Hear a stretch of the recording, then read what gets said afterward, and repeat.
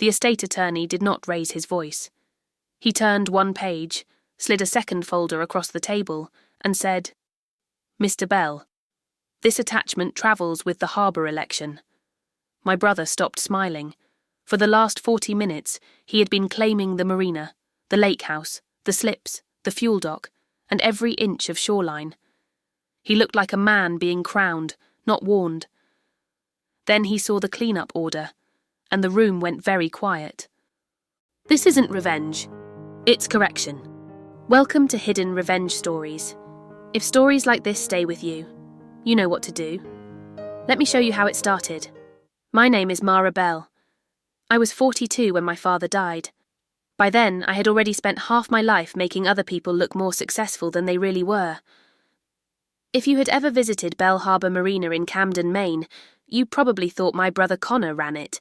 Connor wore the navy quarter zips with our family logo stitched on the chest. That was the illusion. Connor shook hands on the dock and called local reporters by their first names.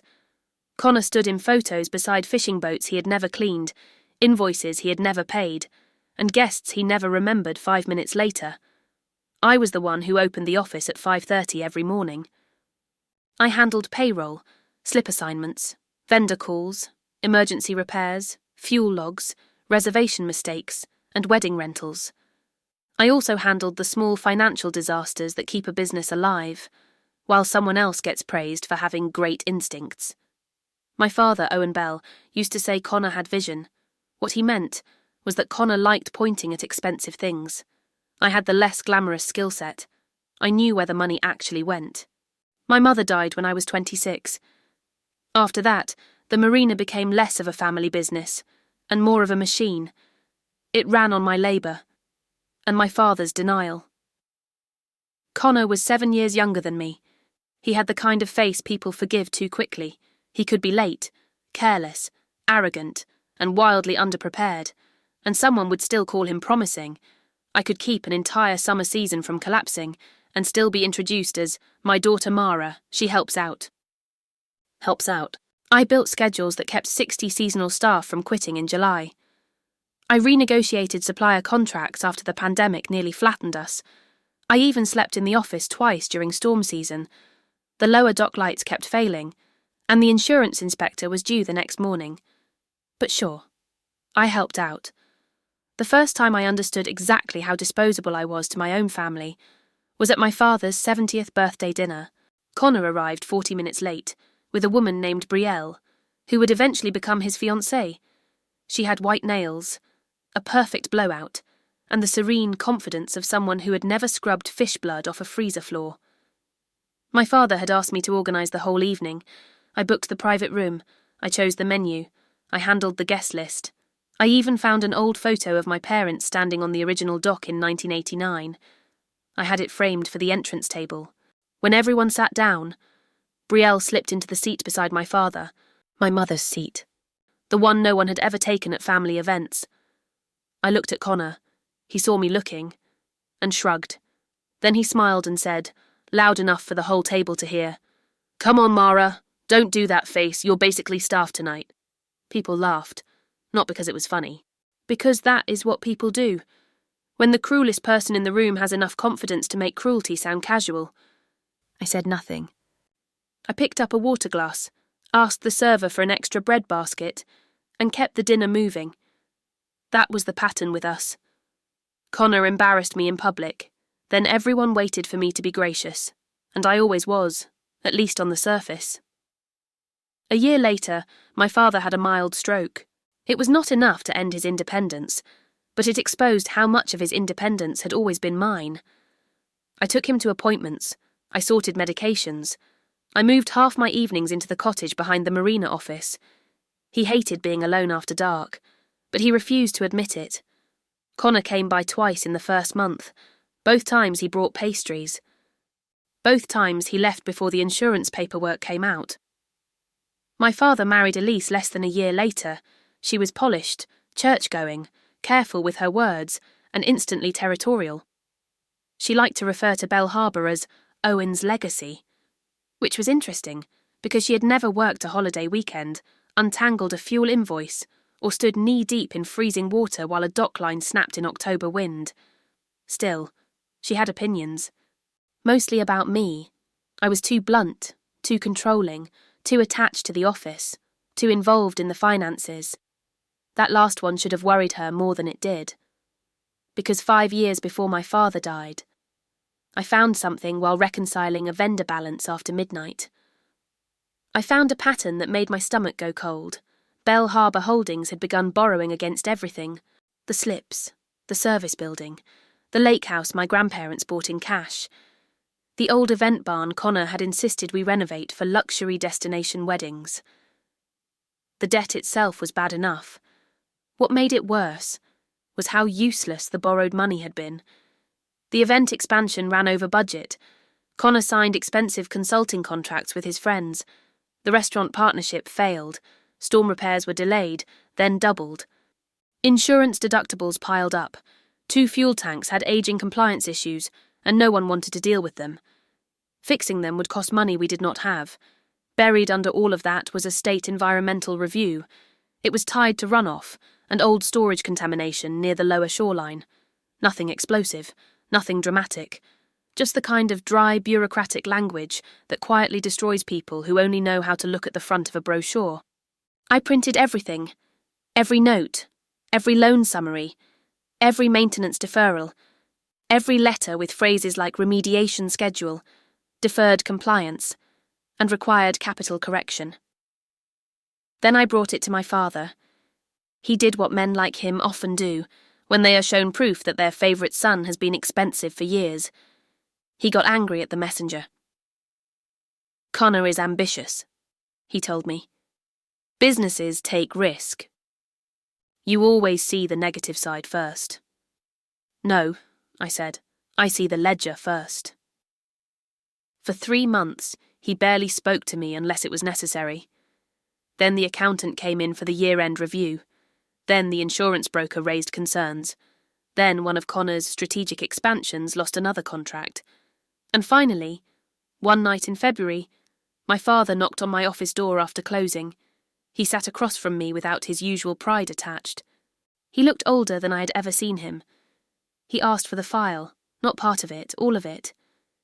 He sat there until almost midnight reading. He did not apologize when he finished. That would have required a different kind of courage. But he did say, very quietly, "If your brother ever asks for the harbour, make sure he gets all of it." That was the first honest thing he had said about Connor in years. After that, my father changed. Not publicly. Men who build reputations late in life rarely enjoy dismantling them in front of witnesses. But privately, he got precise. He met with our estate attorney, Daniel Reeves. He brought in an outside accountant. He separated clean assets from operating liabilities. He updated ownership schedules. He documented election clauses. And because he knew Connor better than anyone, he built the will around one simple truth. Connor would always choose appearance before reality. If given the option, he would grab the waterfront with both hands. He would do it fast. He would do it proudly. And he would do it without reading to the bottom. My father passed in November. Cold morning, harbour fog, church bells that sounded too formal for the kind of man he had been. I handled the flowers, the reception food, the photo boards, the church coordination, the guest overflow. Elise wore black cashmere and accepted condolences like she had invented grief. Connor stood by the front doors of the parish hall, shaking hands and saying, he wanted us to keep Bell Harbour in the family. Us. By then, I was old enough not to flinch every time someone erased me in public, but I still noticed it. And that afternoon, they made sure I noticed more. After the memorial service, we gathered at the lake house for food, friends from the harbour, a few town council people, my father's old accountant, 2 neighbouring business owners. It was the kind of crowd where status matters. Memory was still fresh, and everyone was silently deciding who would inherit authority. I walked into the dining room carrying 2 platters from the kitchen. Connor was already at the head of the table. Brielle was seated near the window, wearing one of my mother's pearl earrings, not similar ones. My mother's. I knew because I had packed them away myself years earlier. Elise looked at the platters in my hands and said, "Oh, darling, just leave those in the kitchen. We're keeping this table for immediate family." I stood there for 1 second too long. Then Connor added with that bright, careless smile of his, "Mara, don't make it awkward. Eat later. We've got some people to speak with." Some people, meaning the banker, the harbour board president, a developer from Portland Connor had invited without telling me. At my father's memorial lunch, in my mother's house, after 20 years of carrying that business across broken seasons and unpaid invoices, I was being sent back to the kitchen like hired help, so I nodded once. I put the platters down, and I went back through the swinging door without saying a word. Too much paper. That silence did something useful. It made them comfortable. When cruel people think you are too hurt to resist, they relax. And relaxed people talk. From the pantry hallway, I heard Connor telling the developer about his plans to modernise the marina, boutique weddings, private memberships, luxury branding, the old town look, but elevated. He had a whole vocabulary for businesses he did not understand. Brielle wanted to repaint the event barn white. Elise wanted the lake house updated before Christmas. Connor wanted my office cleared out by the end of the month. "Too much paper in there," he said. That line almost made me laugh. That was in fact the problem. There was paper everywhere, and unlike Connor, I read it. 3 days after the memorial. Daniel Reeves called the first estate meeting. Connor tried to delay it, then accelerate it, then partially rewrite it over the phone. He was in a hurry because he wanted to announce the next chapter of Bell Harbour at the Chamber of Commerce holiday dinner. Nothing says grief like a rebrand. The meeting took place in Daniel's office overlooking Main Street. Large walnut table, grey December light. Coffee no one touched after the first 15 minutes. Connor came in wearing our father's old signet ring. Brielle carried a leather folder she never opened. Elise sat with her posture already arranged into innocence. I brought a yellow legal pad and a pen.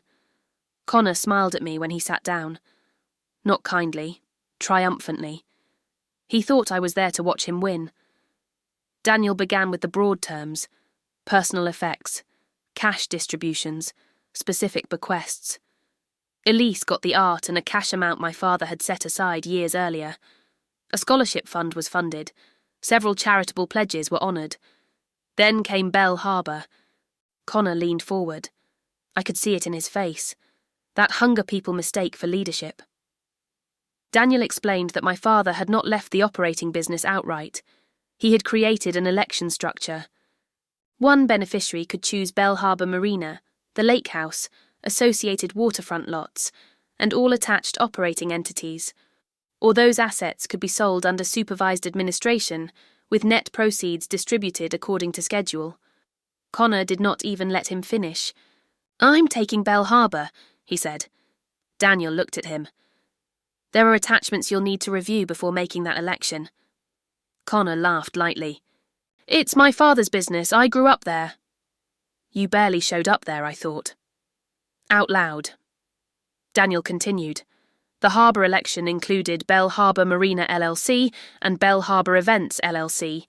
It also included fuel dock compliance obligations, capital repairs, vendor balances, tax liabilities, and recorded remediation tied to the waterfront parcels. Brielle's smile faded first. Not all the way, just enough. Connor waved a hand. "That's normal business stuff. The real value is the land." There it was. The entire philosophy of people like my brother, compressed into one sentence. The real value is what can be photographed from a distance. Daniel asked whether he wanted an independent review before making the election. Connor said no. The outside accountant, Mr. Larkin, spoke for the first time. He was 70, neat, patient, and he had the tone of a man who had spent decades watching rich people confuse confidence with competence. "I would strongly advise review," he said. "The carry costs and compliance schedules matter." Connor smiled at him the way younger arrogant men smile at older careful men, like caution was a personality flaw. Brielle leaned toward Connor and whispered something. Probably that the holiday dinner was in 4 nights. Probably that everyone already assumed he would take it. Probably that backing down now would make him look uncertain, and Connor, being Connor, would rather drown than look uncertain in public. "I said I'm taking it," he replied. Then he turned to me. "You're not contesting, right?" That room had seen me do almost everything for almost everyone. Carry folders, carry payroll, carry my father, carry Connor's mistakes, carry the family name without ever being allowed to wear it properly. So when he asked me that question, all those years narrowed into one clean answer. "I'm not contesting your choice," I said. He smiled wider. That was the moment he thought he had already won. Daniel slid the election packet toward him. Connor signed the preliminary acknowledgement without reading past page 2. Then Daniel placed a second document beside it, a review waiver. Connor signed that too. Mr. Larkin placed a third file on the table, the deferred capital schedule. Connor tapped it once and pushed it aside. "I'm not spending December reading Doombinders." No one responded. Even Elise looked nervous by then, but not nervous enough to stop him. That meeting ended with Connor claiming the waterfront. He left Daniel's office, calling 2 people before he even reached the sidewalk. By evening, social media had done what social media does best. Brielle posted a photo of the harbour at sunset with the caption, "New chapter, new legacy." Connor commented, "Keeping it in the family." Interesting choice of words from a man in the middle of excluding half of it. The next week was worse. Much worse. Because once Connor believed Bell Harbour was his, he started behaving like I had already been erased. He changed the office locks. He gave Brielle a walkthrough of the event barn and referred to it as our wedding canvas. He told staff the books would be streamlined, which is the business equivalent of hearing a pilot say he wants to simplify gravity. He moved my mother's brass harbour key from the office pegboard to the lake house display cabinet, beside a framed photo of himself. And then, on a freezing Thursday morning, he handed me a banker's box and said, "Try not to take anything important." Important. I looked at the box, then at him, then at the office where I had spent 19 years keeping his disasters from becoming public. I packed my notebooks, my fountain pen, my mother's mug, the brass key, and nothing else. Connor smirked when he saw me take only 4 things. He thought it meant I had lost. What it meant was that I knew exactly what still mattered. The final estate execution meeting was scheduled for Monday at 10 a.m. It was public enough to matter, private enough to be efficient. Present were Daniel, Mr. Larkin, Elise, Connor, me, and a representative from the bank. Certain transfers required immediate confirmation. Connor came in energised. He had already booked a photographer for the chamber dinner that night. He was going to announce the future of Bell Harbour with cocktails, donor smiles, and whatever remained of my father's reputation. Daniel started with the formal confirmations. Election acknowledged, waiver acknowledged, entity transfer schedules prepared. Then he opened the harbour attachment folder, not the glossy summary, the real folder, the one with tabs, fuel dock, shoreline, event barn, tax, vendor, repairs, compliance. The bank representative adjusted her glasses. Mr. Larkin opened his ledger. Daniel spoke clearly. "Before final acceptance, I need to confirm that you understand Bell Harbour Marina, and related parcels are being transferred with all attached obligations. These include dock reconstruction, tax arrears, vendor debt, and the remediation schedule tied to the lower shoreline storage area." Connor exhaled through his nose. "We've been through this." Daniel nodded. "Yes, but you have not yet reviewed the remediation attachment." He turned one page, then another, then slid a second folder across the table. It looked almost gentle. The way a surgeon might place an X-ray in front of someone who keeps insisting the pain is just stress. "Mr. Bell," he said, "this attachment travels with the harbour election." Connor stopped smiling. Connor exhaled through his nose. "We've been through this." Daniel nodded. "Yes, but you have not yet reviewed the remediation attachment." He turned one page, then another, then slid a second folder across the table. It looked almost gentle. The way a surgeon might place an X-ray in front of someone who keeps insisting the pain is just stress. "Mr. Bell," he said, "this attachment travels with the harbour election." Connor stopped smiling. Brielle was not there that morning, but somehow I could feel her absence like expensive perfume fading from a room. Connor opened the folder. He read the first page, then the second. Then he flipped forward too fast, as if speed could improve what words meant. The lower shoreline parcel required supervised cleanup and replacement work over a staged schedule. The old tanks and runoff issues had to be corrected. The docks on the east side had less than one full season before mandatory repair. The event barn carried contractor claims from the failed renovation expansion. The tax balances were not theoretical, neither were the deadlines, and because Connor had elected to take the harbour entities whole, he was accepting the business exactly as my father had structured it. He was taking the property, the brand, the view, the slips, the lake house, and every obligation holding that illusion together. His mouth opened, closed, opened again. "This can't be right." Mr. Larkin finally spoke. "It is very right." Connor looked at me then, hard, suspicious, like maybe I had reached into the earth itself and planted invoices just to embarrass him. "You knew." I met his eyes. I ran the books. Elise leaned forward, suddenly brittle. "Owen never would have wanted this." Daniel turned to her. "He drafted it himself, Mrs. Bell, twice. The second version was even more explicit." Connor pushed back from the table. "I need more time." Daniel folded his hands. "You were offered independent review." "I thought that meant routine review." Mr. Larkin blinked once. "That is what it meant." Connor looked from face to face, searching for the weak point he had always relied on. Someone to flatter him, someone to rescue him, someone to say this was all too technical and therefore probably unfair. But paper is wonderfully indifferent. It does not care whether a man is charming. Daniel lifted the signed waiver. "This acknowledges that review was recommended and declined." Connor stared at his own signature. Then he said the most Connor sentence possible. "Well, then I'm not taking it." Daniel's answer was immediate. "You may decline the election only before acknowledgement and waiver. You completed both, and administration proceeded on that basis." The bank representative added very calmly, "We also have your transfer authorization queued for today." That was the moment the room changed. Not loudly, not theatrically, just decisively. Connor was no longer a golden son collecting his inheritance. He was a man discovering that a waterfront empire can look magnificent right before it starts asking for money every week for the next several years. He turned to me again. His face had lost all the healthy colour of arrogance. "Mara," he said. My name suddenly sounded unfamiliar in his mouth, because he had almost never used it when asking for anything real. "You could have told me. There are sentences people say when they mean one thing. You should have protected me from myself. I had heard versions of that sentence my whole life.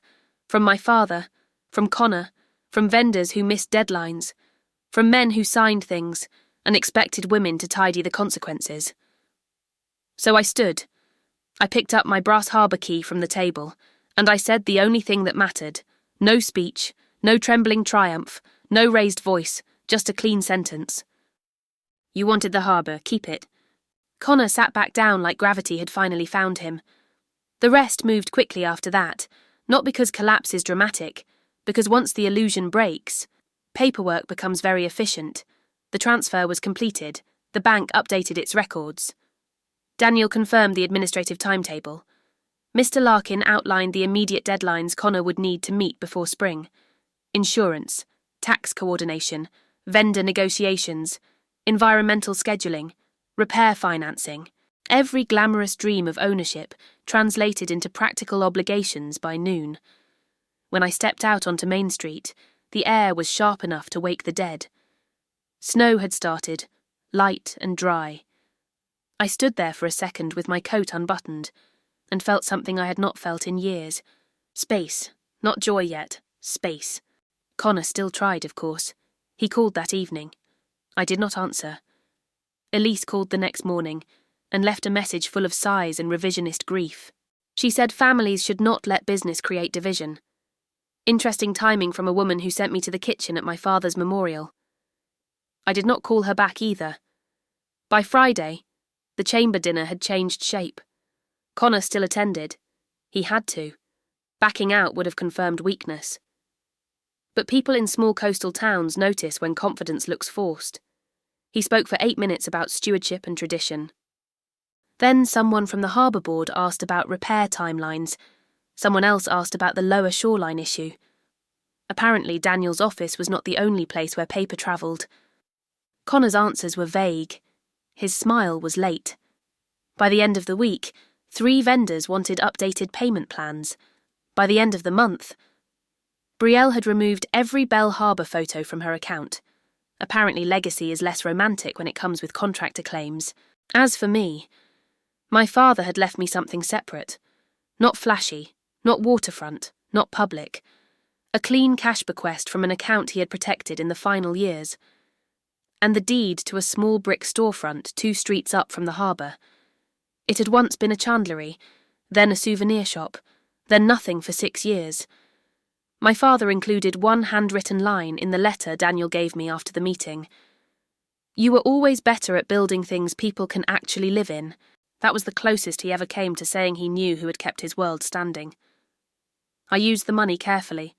No heroic nonsense. No dramatic reinvention montage. Just structure. New wiring. Fresh plaster. A narrow oak counter by the window. Pale blue walls.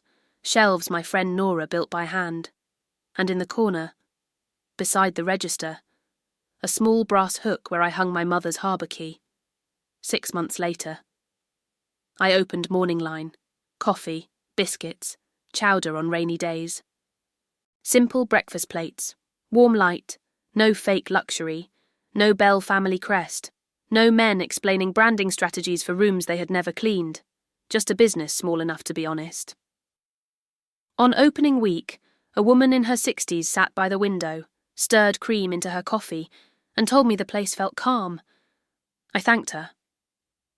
Then I went back behind the counter and plated 2 orders exactly the way I wanted to plate them. Every decision mine. Connor drove by once in July. Mine, I know because Nora saw him from the front window and asked if I wanted her to close the blinds. I looked up. He was sitting in a truck that already looked too expensive for the year he was having. Tired face, phone pressed to one ear, harbour jacket zipped high even in the sun. I shook my head. No, I said. Let him see. He did not come in. Maybe pride stopped him, maybe math did. Either way, I finished pouring coffee, called out order numbers, and kept moving. That is the strange thing about finally getting your life back. It rarely arrives with applause. Usually, it sounds like a front door opening at 6 a.m, a grinder starting up, a receipt printing, a room arranged by your own hand. After years of being treated like background labour in my own family, I no longer needed the lake house, the slips, the event barn, or the name attached to them. He kept the harbour, I kept my life, and that turned out to be the better inheritance. Thank you for watching. If you'd like to hear more, you can follow this channel. Don't forget to hit that little bell icon to be notified when a new video is uploaded.